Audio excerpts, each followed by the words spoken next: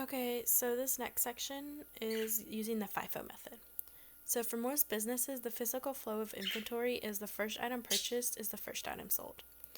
So the first in, first out, or FIFO method, assumes that the oldest merchandise is sold first. Therefore, the more recent items purchased remain in inventory. For example, milk sold at a supermarket is stocked as FIFO because the milk that's going to expire soon. Anything that's going to be expired soon is pushed to the front, and everything that was just brought into stock was pushed to the back. Restaurants do the same thing with their fruits, their beer, their alcohol, anything like that. I remember when I was bartending, every single time we got a new beer, I'd have to make sure I sold all that beer that we had previously, and I would push that all to the front and try and sell all that before you could use the new beer that came in. Same with food. So this first example is actually the same example from the last section. We're just going to be using it a different way. So we still have 88 rolls of masking tape on hand, but this time we're going to use the FIFO method to find the cost of goods sold and the value of the 88 units in ending inventory. Alright, so we have our everything good. So the difference with this one is we're going to find the cost of goods sold using the FIFO method. So part A,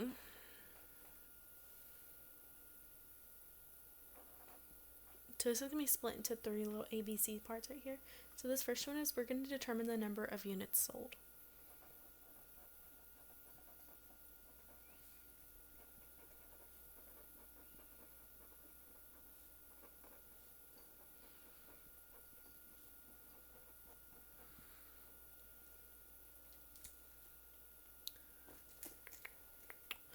Okay, so it doesn't actually tell you how many units you sold. It tells you how many units you have on hand at the end of the month, which is 88, and how many you've received in total. So all the units that you've ever had in stock throughout the month, which was 240. So to find the number of units sold, we're going to take 240 and we're going to subtract 88 from it. This is going to give us 152.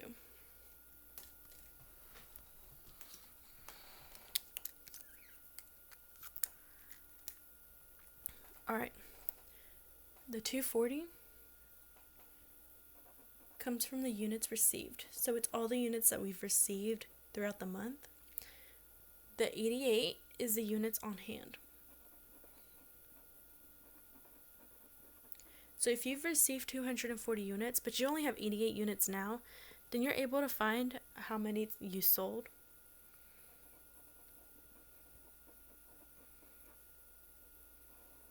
That's all you have to do is take your units received minus your units on hand gives you your units sold.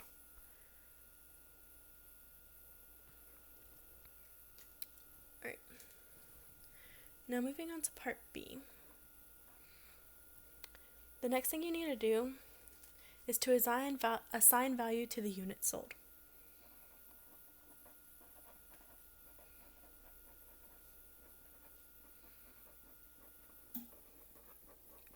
There's not much to do with it if all it says is 152, because remember everything's about the money. So 152 units sold, well, how much was that all worth in total? Grab my pencil. I'm sorry, this camera's moving. I had to use a different camera than normal because the other one is lagging so bad.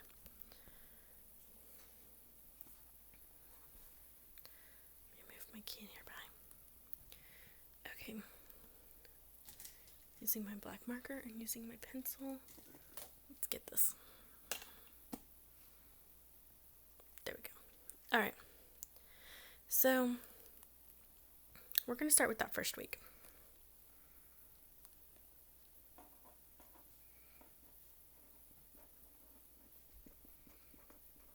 So our goal is to find out how much everything already sold was worth. So if we sold 152 units and we take 80 from the very first stock, that's going to give us 72.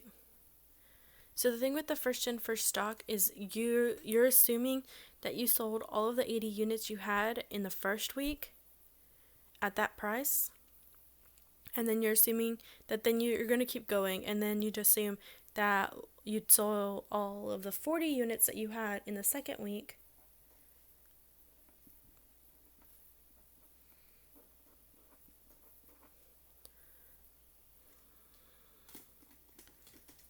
And if you sell all 40 of them,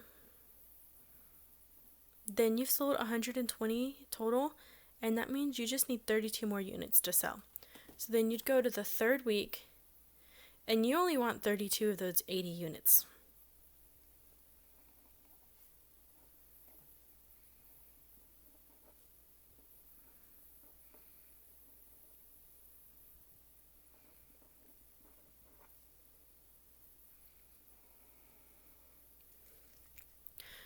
So that's first in, first out, is you assume you sold all of the first ones you had. So you go down the list and you say, well, I sold all these 80. Okay, well then I sold another 40, so that gives you 120, but you had to sell 152 in total. Okay, and then out of these 80, I only sold 32, and then everything else that's left over from this week is still in stock, and these are everything that you sold.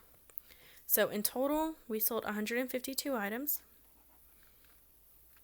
and they cost a total of, add all these numbers up, to get 335.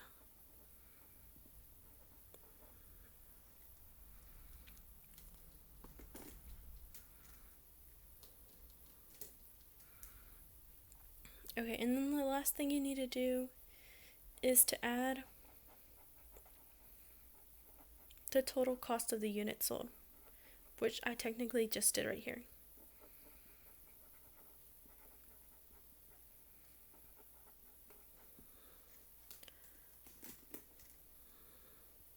So it'd be 172 plus 90 plus 73.60, which is equal to $335.60. And I'm just going to go see cost of goods sold using FIFO.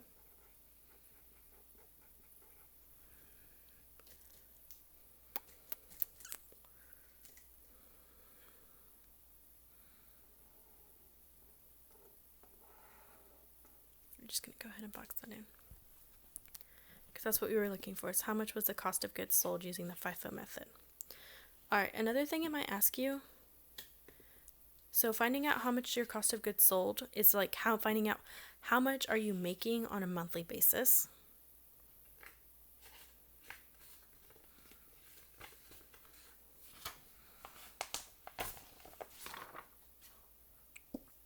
Alright, but what if it asked you, how much is your ending inventory? So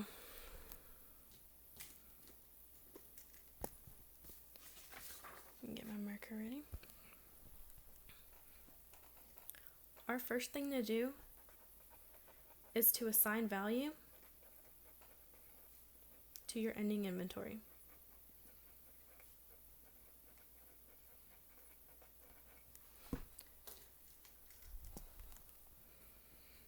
So if you remember, on this third week, we didn't sell all 80 of them. We only sold 32. And then we left the other ones were still in stock. So to find out how many were still in stock, you got to take the 80 minus 32. And you're going to get 48. So then that third week, you still have 48 items still in stock. So out of those 48 items, they were worth $2.30 each. That comes out to be 110 with 40 cents. And then you still have those items from February, from the week of February 22nd, which was 40 more items. But this one was at $2.40 each, which gave you a total of 96. So this would be your 88 left in stock. And then adding these numbers together gives you